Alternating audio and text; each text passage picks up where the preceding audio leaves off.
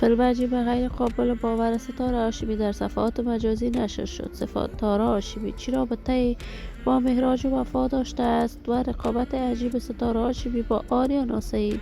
ستاره کیست، در کجا زندگی می کند و چرا این مدتها آهنگ جدید نسروده است؟ من در این ویدیو پیرامون حقایق همین ماجرا خواهم پرداخت و از در ادامه با کانال دنیا اینفو باشید.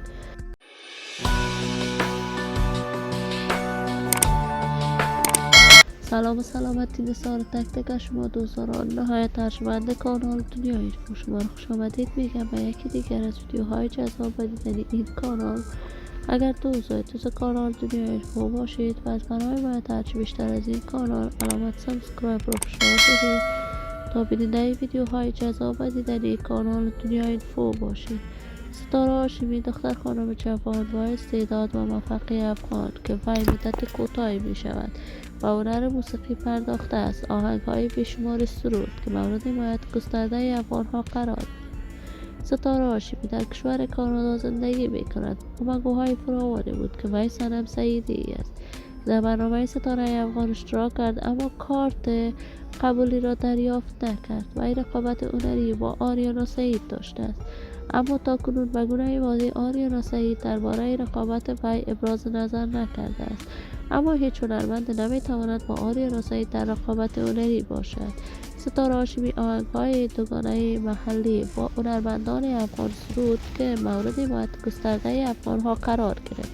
این همه در حالی است که ستاره هاشمی چند مدت می شود دیگر به فعالیت رسانه‌ایش نپرداخت. وی آغاز کارهای هنریش را از برنامه اجتماعی تیک تاک آغاز کرد. در آن برنامه آهنگ‌ها را زمزمه می کرد و با حمایت دوستانش توانست ویدیو کلیپ های نشر کند. آهنگ‌های دوگانه وی با مهراج وفا بازدید میلیونی را از آن خود کرد. ولی من آرزوی خوشبختی و موفقیت برای این هنرمند با جمعی از هنرمندان افغان از بارگاه عزت الله ازال تمنا دارم. دوستان و همراهان ارجمند کانال دنیا اینفو، شما هم نظریاتتان را در بخش کامنت با من شریک بسازید.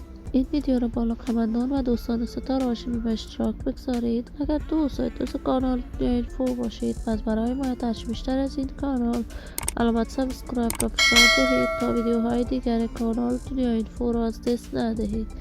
تا درود دیگر، بدرود.